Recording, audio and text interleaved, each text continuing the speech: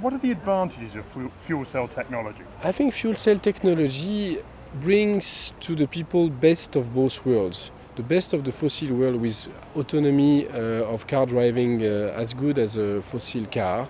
And also the best of electric car because it's an electric car with zero emissions. And you can also refuel the car in only 3 to 5 minutes. So you get the benefits of battery electric cars and the benefits of fossil cars. The other big advantage of fuel cell is hydrogen. Is that hydrogen is a very good way to store intermittent energy. So when you look at the transport issue, it's one of the downstream use of renewable energy in the future. And if you want to use it properly, you need a vector. And hydrogen is the proper vector for that.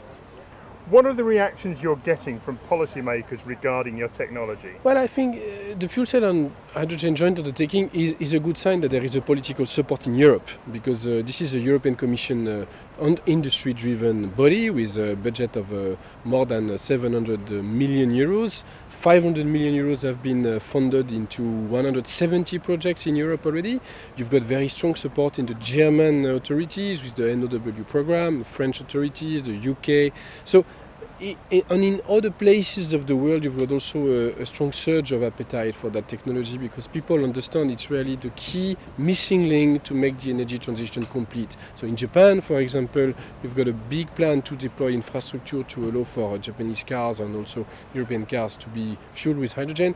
In the US, in California, in the Northeast states in the US, there is also many programs to push for the deployment of zero-emission vehicle, and fuel cell technology will be part of that. So we don't have an issue with political support, we have an issue to build up the financial scheme to allow that this deployment is supported by all players, industry, political bodies, institutional bodies, and the financing world. And this is where we need to move forward in the future.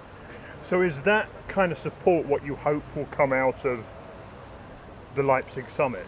I think we have a session with a ministerial session. What do we do after COP21? What's the path forward?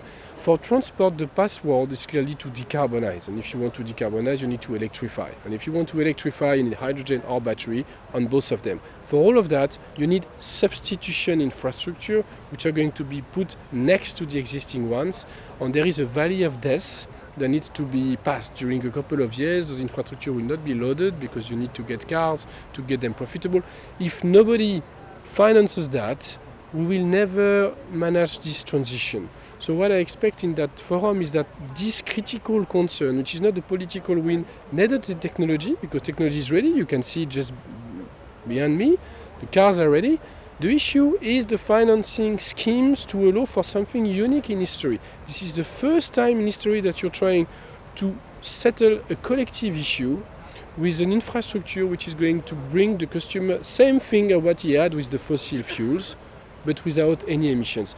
And nobody is going to pay for it if you don't have a concrete collective agreement to move forward between industry, finance, and political leaders.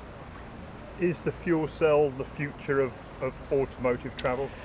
I think long term it's the ultimate future.